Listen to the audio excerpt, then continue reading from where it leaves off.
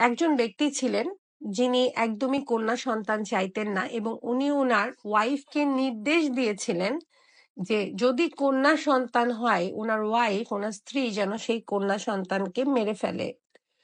তখন এই কথা বলে ওই লোকটা একটা নির্দিষ্ট কোনো সফরে চলে গিয়েছিলেন এবং বলেছিলেন যে আমি যেন ফিরে এসে যদি কন্যা সন্তান হয় আমি দেখতে চাই না।